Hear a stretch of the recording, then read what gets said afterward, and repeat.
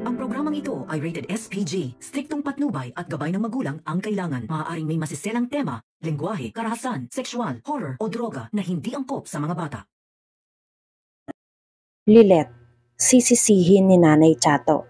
Alamin natin. Welcome back sa aking channel, mga kaganapan sa Lilet Matias.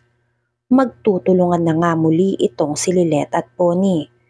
Magbabaka sakali nga sila na baka kapag nagtulungan na silang dalawa ay maipanalo nila ang kaso nitong si Nanay Chato. Kaya naman pinuntahan nitong si Bonnie si Lilet sa office nito para manghiram ng files nitong si Nanay Chato. Nang sa ganun nga ay mapaghandaan niya ang unang pagharap niya sa court trial para ipaglaban si Nanay Chato sa mga susunod na araw. Dito nga ay bigla na lang sumulpot itong si Eira para insultuhin itong si Lilet at para personal iabot ang bigay ng korte sa kanila. Hindi naman akalain nitong si Eira na iba ang madadatnan niya sa office ni Lilet, na madadatnan nga niya na magkasama itong si Bonnie at si Lilet na pinakaayaw ang makita nitong si Eira. Sinabihan nga niya ang dalawa na nakakadiri daw ito dahil pinagpalit siya nitong si Bonnie dito kay Lilet na ilalampaso niya nga daw sa korte. Tumayo naman si Bonnie para sabihan itong si Eira na paano mo naman lalampasuhin si Lilet kung dalawa na kaming maharap mo sa korte. Nagimbal naman si Eira sa narinig niya. Hindi siya makapaniwala na pinili ni Bonnie na kumampi dito kay Lilet. Kaya this time nga ay nakaganti itong si Lilet sa pang-iinis dito kay Eira. Sinabi ni Lilet kay Eira, "Kinakabahan ka na ba, Attorney Eira?" Sabay ngisi ng nakakainis. Kaya sumagot naman si Eira. Sinabi niya kay Bonnie at Eira, "We'll see you in court." Sabay walk out. Samantala, dahil sa natanggap ni Lilet na sulat galing sa korte, pinuntahan nila si Nanay Chato. Sinubukan ulit nilang kausapin si Nanay Chato para kunin silang guy na star witness sa kaso nito. Pero bigo sila na mapapayag si Nanay Chato. Bagkus nga ay nagalit pa ito sa kanila dahil makulit daw sila at hindi makaintindi na ayaw nga daw ni Nanay Chato na idamay o isama ang anak niyang si Langgay sa kasong kinakaharap niya. Kaya naman dahil sa naging desisyon nitong si Nanay Chato ay mukhang mahihirapan nga sila na makalamang dito sa korte. Kaya kailangan nila ng iba pang paraan para nang sa ganun nga ay manalo sila sa korte. Naisip nitong si Lilet kung bakit ayaw ni Nanay Chato na gawing star witness ang anak niyang si Langgay. Kung desperada naman na daw ito si Nanay Chato na manalo sa kaso. Kahit alam niya ngang si Langgay lang talaga ang magiging pag-asa nila para manalo sa kaso. Parang may something daw o may hindi pa sinasabi itong si Nanay Chato dito kay Lilet. Kaya sinabi ni Bonnie na kung ano man ang hindi pa nasasabi ni Nanay Chato sa atin, pasasaan pa at malalaman din natin yan sa tamang panahon. Kaya sinabi ni Lilet na puntahan natin si Langgay bukas. Baka may mahanap tayong kasagutan doon kay Langgay. Kaya sinabi ni Bonnie na sige, see you bukas Lilet. Kinabukasan, wala nang sinayang na pagkakataon si Lilet at ito ngang si Bonnie. Pinuntahan agad nila si Langgay para bisitahin. Hindi nila inaasahan ang nadatnan nila kay Langgay. Nagwawala ito at naghihisterikal na parang nakakita ng multo. Kaya pala ay nasugatan itong si Langgay, ang sarili niyang kamay, at nakita niya ang sariling dugo niya. Kaya siya biglang nagwala.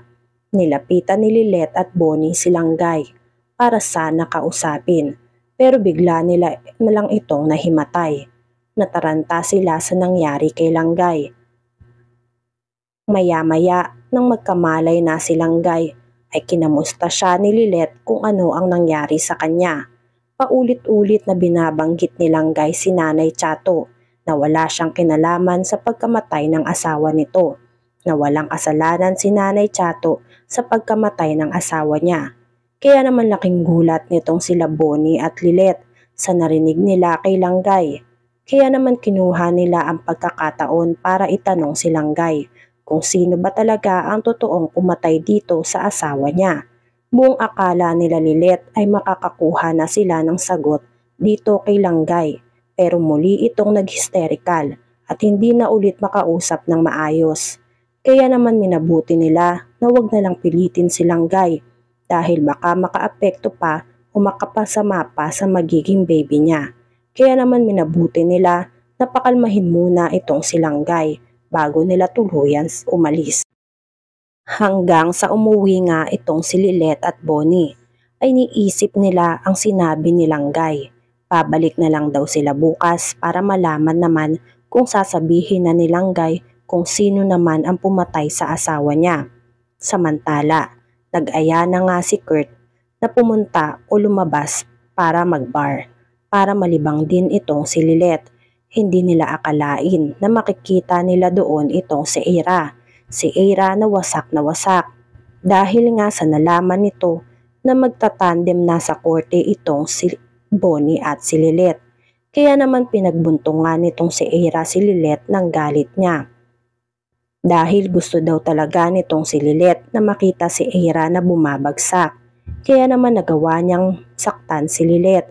Pilit siyang inaawat ni Bonnie at Kurt dahil kawawang-kawawa na nga ang ating bida na si Lilet sa pananakit nitong si Eira. Hindi talaga tumitigil si Eira hanggat hindi siya nakakaganti dito kay Lilet. Dagdag pa nga nito ay inagaw na nitong si Lilet si Bonnie sa kanya. Kaya sinabi nitong si Bonnie, walang kinalaman si Lilet. Ikaw ang may kasalanan kung bakit tayo naghiwalay dahil sa ugali mo. Dahil marami kang sikretong tinatago. Dahil palagi mong pinagbibintangan at inaaway si Lilet kahit wala naman siyang ginagawa sa'yo. Yan ka, Eira. Napakasama nga ng ugali mo. Kung ako sa'yo, umuwi ka na. Sumagot naman si Kurt. Umuwi ka na, Eira. Bago ka pa namin tuluyang kasuhan sa ginawa mo kay Lilet. Sumusobra ka na. Hindi na tama yung ginawa mo kay Lilet. Unprofessional na ang datingan mo. Natameme naman itong si Eira. Kaya nagsisigaw na lang siya ng I hate you, Lilet. I'm freaking hate you. At nagpapipiglas ito kay Kurt. Dumating ang mga bouncer at inutusan ni Bonnie ang mga ito na palabasin na itong si Eira. Dahil nanggugulo lang ito sa loob ng bar. Kaya naman napalabas na nga itong si Eira doon sa bar. Samantala, si Lilet ay naiwang tulala at kinakausap nitong sila Kurt at Bonnie kung ano ang nararamdaman nito at kung okay lang ba ito. Unti-unti na ngang nabubunyag lahat ng sikreto dito sa Lilet Matias. Sino kaya talaga ang pumatay sa manugang nitong si Nanay Chato? Yan nga ang mga kaganapan at mga dapat nating abangan dito sa Lilet Matias. Kung gusto nyo pa ng mga ganitong klaseng video ay mag-subscribe at i-like itong video na to. Maraming salamat po.